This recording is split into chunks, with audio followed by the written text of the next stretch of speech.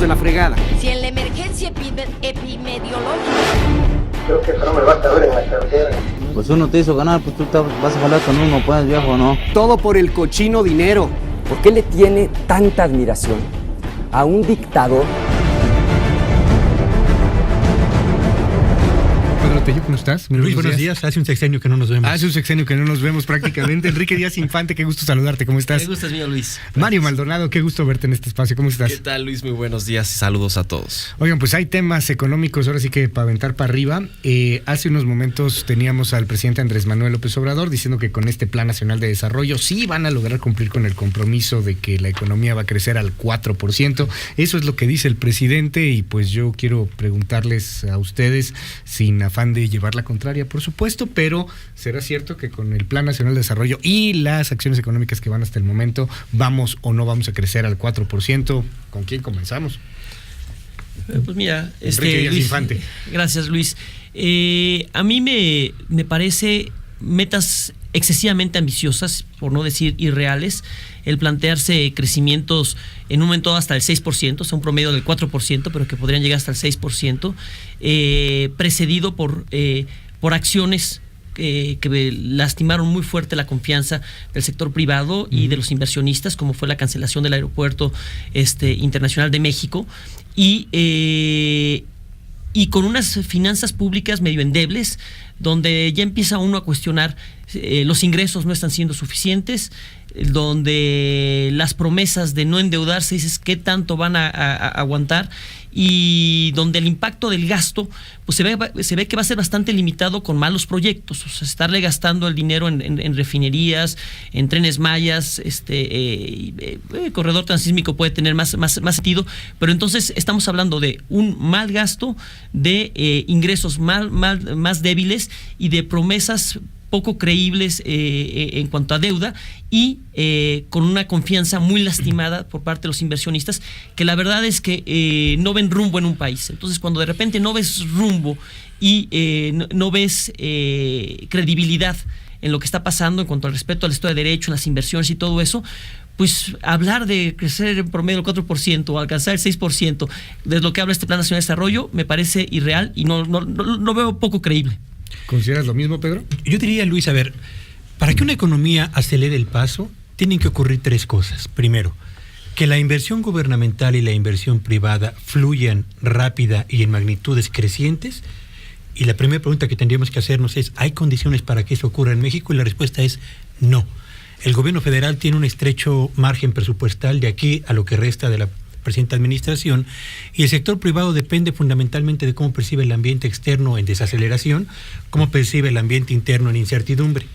Segundo factor para acelerar el paso: si no eres capaz de fortalecer tus capacidades productivas para generar riqueza y empleos, y estoy hablando de política industrial, política agropecuaria, cualquier oferta que tú realices en un plan de desarrollo se va a quedar en letra muerta. Ahora, tenemos un gobierno comprometido a favor de una política industrial y de una estrategia agroindustrial.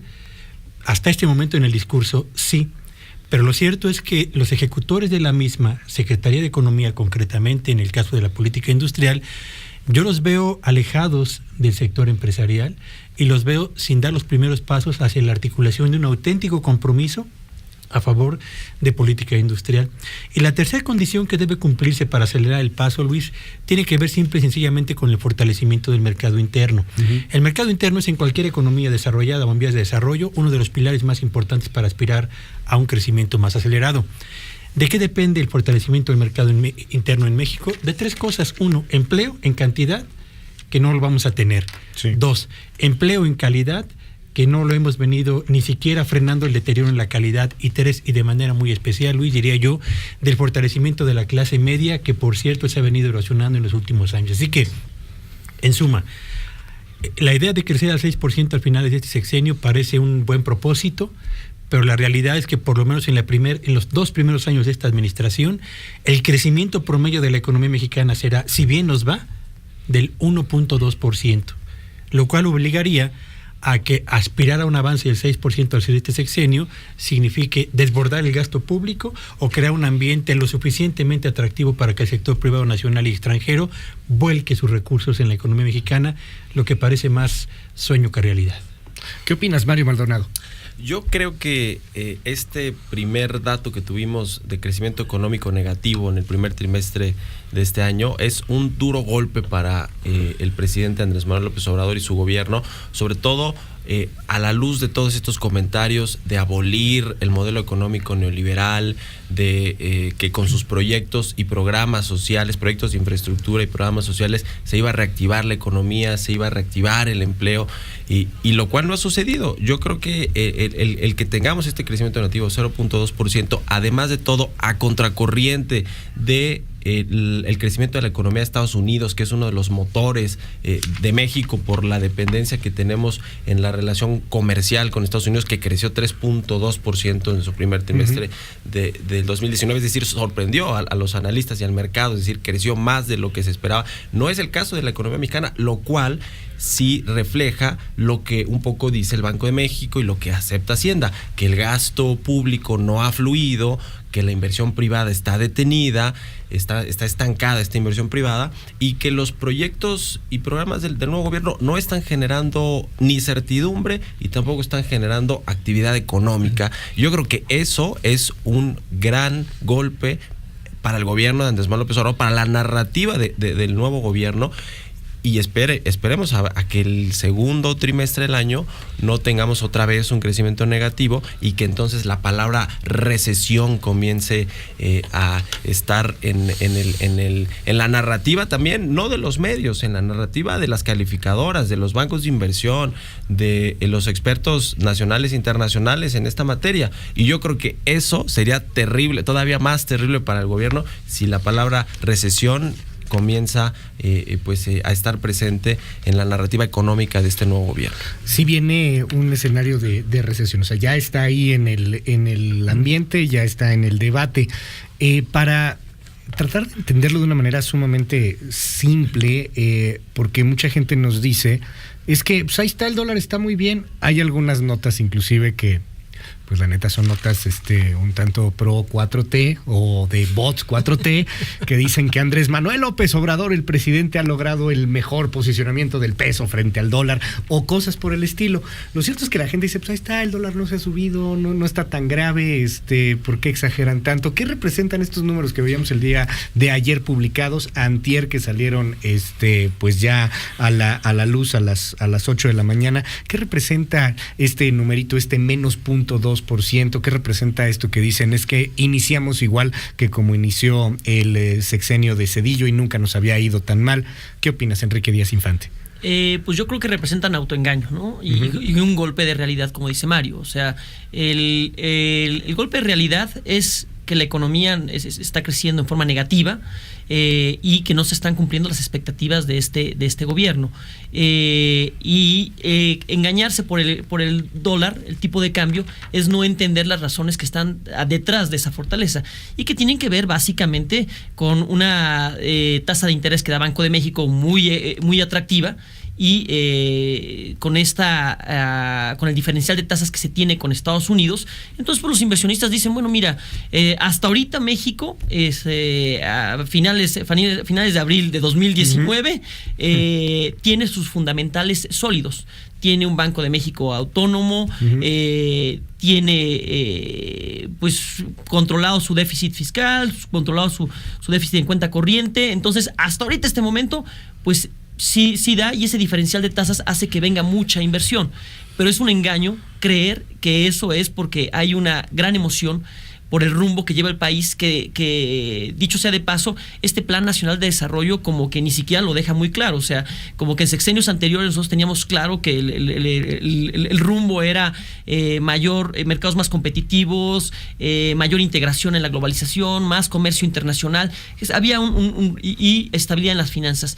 Ahora, pues como que lo que se empieza a vislumbrar es más intervención del Estado, vía Pemex, vía CFE, pero no se ve realmente si en temas de deuda, de ingresos y de gasto, las cosas van a estar ordenadas y hacia dónde nos va a llevar. Entonces, no está emocionando esto, no está emocionando los proyectos, no hay un rumbo que emocione. Entonces, agarrarse del tipo de cambio me parece ilusorio, irreal, engaño, autoengaño. Pedro. Yo diría, Luis, déjame establecer una analogía. Tú puedes ir con el médico y tomarte la presión arterial, tomar tu temperatura y decir, oye, tus signos vitales están en orden. Tienes signos vitales de un chamaco de 35 años. Pero cuando hacen una radiografía para ver cómo están tus órganos vitales, no tus signos vitales, sino tus órganos vitales, de pronto van a empezar a brotar los problemas que traes por allá adentro acumulados. ¿Qué pasa con la economía mexicana? Tenemos signos vitales bien, pero órganos vitales descompuestos. No tenemos una planta industrial sólida, no tenemos un agro lo suficientemente integrado, no tenemos tampoco un sector comercio y servicios que esté jalando al resto de las actividades económicas del país y consecuentemente no tenemos una planta generadora de riqueza con la suficiente solidez y dinamismo para poder empujar el desarrollo de este país a la velocidad a la que todos desearíamos. Y segundo, déjeme decir también esto, Luis. A ver, si hacemos una revisión de la historia económica de México, tendríamos que concluir lo siguiente. Ni la alternancia democrática que llevó a Vicente Fox a la presidencia de la República en el año 2000 garantizó un mayor desarrollo para este país, ni el arranque espectacular de un sexenio como lo fue el de Enrique Peña Nieto, y quienes nos están escuchando ahora lo van a recordar con los famosos 11 puntos que señaló en su discurso de inauguración y 24 horas después con la suscripción del famoso Pacto por México para destrabar las 11 reformas estructurales que impulsó durante su gobierno. Bueno, pues ni uno ni otro garantizaron ni un clima lo suficientemente sólido para crear confianza ni desarrollo más acelerado, y tampoco llegar a la presidencia de la República como ocurre ahora con Andrés Manuel López Obrador con una votación arrolladora. Son signos lo suficientemente sólidos como para esperar que este país vaya a avanzar con mayor rapidez. Entonces, ¿qué tenemos que hacer, creo yo? Tengo la impresión de que debemos hacer a un lado los signos vitales, inflación, tipo de cambio, etcétera, y de verdad concentrarnos en las bases que son las que soportan el desarrollo de un país: industria, agricultura y, por supuesto, sector servicios. Si no modernizamos, si no elevamos la competitividad, la eficiencia ahí, lo que sea que digamos por fuera se va a quedar solamente en letra muerta. ¿Qué opinas, Mario Maldonado? Fíjate que yo veo una brújula perdida del nuevo gobierno en cuanto a estimaciones, en cuanto a previsiones. No solo el tema del crecimiento económico del 4%, que tú pregúntale casi a cualquier analista de un banco, de una casa de bolsa, de una calificadora, un organismo internacional, o sea, el Fondo Monetario Internacional, Banco Mundial, y ninguno te va a decir que con las condiciones que tenemos actuales y con las proyecciones de proyectos y programas del nuevo gobierno se pueden alcanzar tasas de crecimiento de 4%, menos, creo yo, de 6% hacia el 2024, hacia el final del sexenio, como se planteó en este Programa Nacional de Desarrollo. Pero no solo eso, creo que si nos atenemos a los datos del primer trimestre que se presentaron ya y que arrojaron este crecimiento negativo, pero incluso las expectativas de los ingresos presupuestarios, las expectativas de la renta petrolera que cayeron por ahí que cayó 24%, 24.7%, pero que todas estas expectativas, incluso las recaudatorias, quedaron por debajo de los estimados del gobierno. ¿De qué nos habla esto? Pues yo creo de una inconsistencia en el análisis serio de cómo está la economía y cuáles son las perspectivas que podamos tener en el corto, mediano y largo plazo. Y yo creo que eso se refleja claramente en las expectativas de crecimiento económico y en muchos otros factores. Entonces, yo creo que de entrada no se están aterrizando los pies en la tierra realmente del gran reto que tenemos de frente de acelerar las tasas de crecimiento económico, sobre todo porque se prevé que venga una desaceleración económica global. Creo que lo que pasó en el primer trimestre con Estados Unidos fue algo extraordinario, quizá de momento coyuntural, pero que la desaceleración global viene. Y creo que el gobierno no está, siento que no está al pendiente de todos estos factores que pueden incidir en el crecimiento económico, y cree que solamente con algunas políticas y proyectos puede sacar adelante la economía.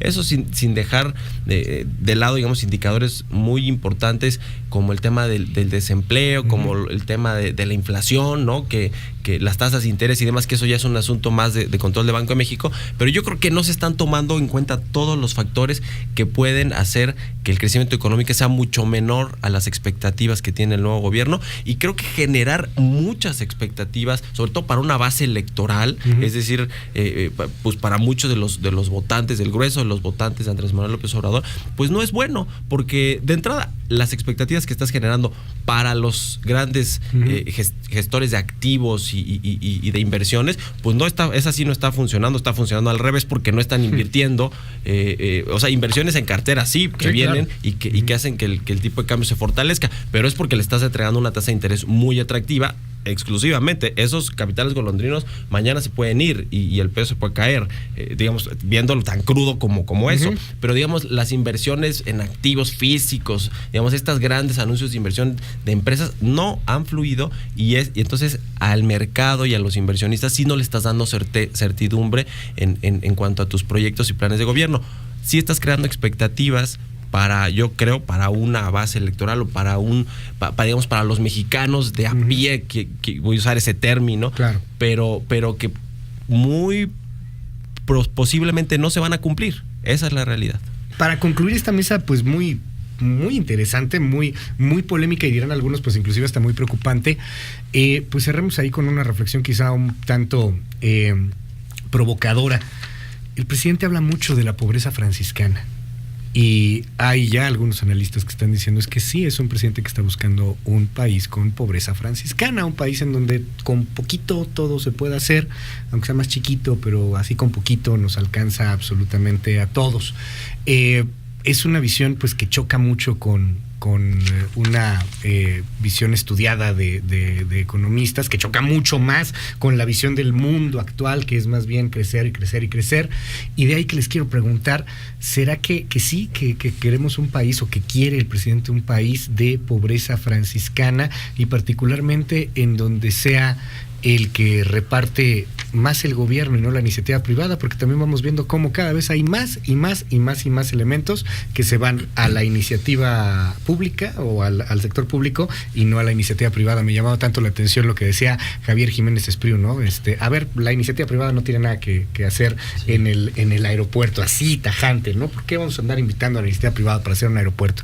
¿Qué opinan? ¿Iremos a la pobreza franciscana para concluir? Enrique Díaz Infante. Pues mira, Luis, la verdad es que cierro con lo que empecé. El problema es de visión y de rumbo. O sea, ¿a quién le entusiasma un país donde te dicen que vamos a llegar a la pobreza, a una pobreza franciscana? Pues eso no es una visión que entusiasme. Poncho Romo ya nos dijo, cuando el presidente dice que va a haber una pobreza franciscana, créanle, es cierto. Entonces, pues es un presidente que no tiene una visión y un rumbo que emocione, y eso le impide generar expectativas. Y yo me temo que en respuesta a tu pregunta, habrá que creerle. Híjole, lamentablemente empieza a dar señales de que sí hay que crecerle, que más bien sí hay que creerle, y en ese sentido vuelvo a lo mismo: crecer al 4% en promedio y llegar a final de año con 6% del PIB, con esta visión de pobreza franciscana. La verdad es que luce una disonancia con la realidad, luce imposible. Muchas gracias, Enrique Díaz Infante. Pedro Tello. Yo diría que México hoy es un país marcado por una cantidad impresionante de pobres a lo largo de todo el territorio nacional. México hoy es un país que está literalmente polarizado entre un norte enganchado a la economía norteamericana, un centro que lucha por mantenerse enganchado al norte, y un sureste que se ha venido rezagando consistente y paulatinamente. México hoy es también un país en el que la clase media se ha venido erosionando, y es un país, yo diría, desarticulado productiva y en vías de desarticularse socialmente también. Esta estrategia que plantea el Plan Nacional de Desarrollo responderá a las necesidades del país en este momento. Yo desearía que sí, pero temo que la revisión primera que he hecho del documento me genera más dudas que certezas. Espero que el panorama internacional mejore, Luis, y espero finalmente que este gobierno entienda que si no hay fortalecimiento de capacidades productivas no vamos a ir a ninguna parte, y que la idea de repartir pobreza a lo mejor suena bien en discurso, pero en términos sociales y políticos no es una buena idea para un país en vías de desarrollo como el nuestro, que tras tantas promesas de modernización y desarrollo incluyente se ha quedado finalmente en realidades que escapan y se alejan cada vez más de la expectativa colectiva de bienestar. Gracias, Pedro. Mario Maldonado. El programa Nacional de Desarrollo plantea sacar a 20 millones de mexicanos de la pobreza y a 5 millones de mexicanos de la pobreza extrema, quizá de la pobreza alimentaria. Yo creo que si logra la mitad del presidente Andrés Manuel López Obrador en este sexenio, va a ser elogiable, loable, y yo creo que todo el mundo se lo va a agradecer. Yo particularmente esperaría que así fuera, que fuéramos hacia esa dirección. Creo que el presidente está a tiempo de replantear muchas de las cosas que ha hecho que no están funcionando y que tiene el beneficio de la duda. Llega un nuevo gobierno, puede haber cosas que funcionan, otras que no. Yo creo que la clave está en replantear, en hacer un alto en el camino y ver qué funciona y qué no. Y por supuesto, dar señales de certeza para la inversión privada nacional y extranjera, porque la inversión privada representa el 23% del PIB y la inversión pública contribuye con un 3% más o menos. Es decir, sin inversión privada, y eso sí lo sabe el presidente y lo sabe su equipo económico financiero, no tenemos nada. Yo creo que debería de empezar por eso, por empezar a lanzar estas señales de certeza y certidumbre para la inversión extranjera y la inversión nacional. Y sobre la pobreza franciscana, yo solo voy a decir una cosa: en el gobierno se le están viendo duras, negras, para implementar muchos de los proyectos y programas del presidente López Obrador. ¿Por qué no tienen gente? Porque hay mucha gente técnica especializada con grandes cualidades y capacidades que tuvo que salir de la Administración Pública Federal por esta ley de austeridad.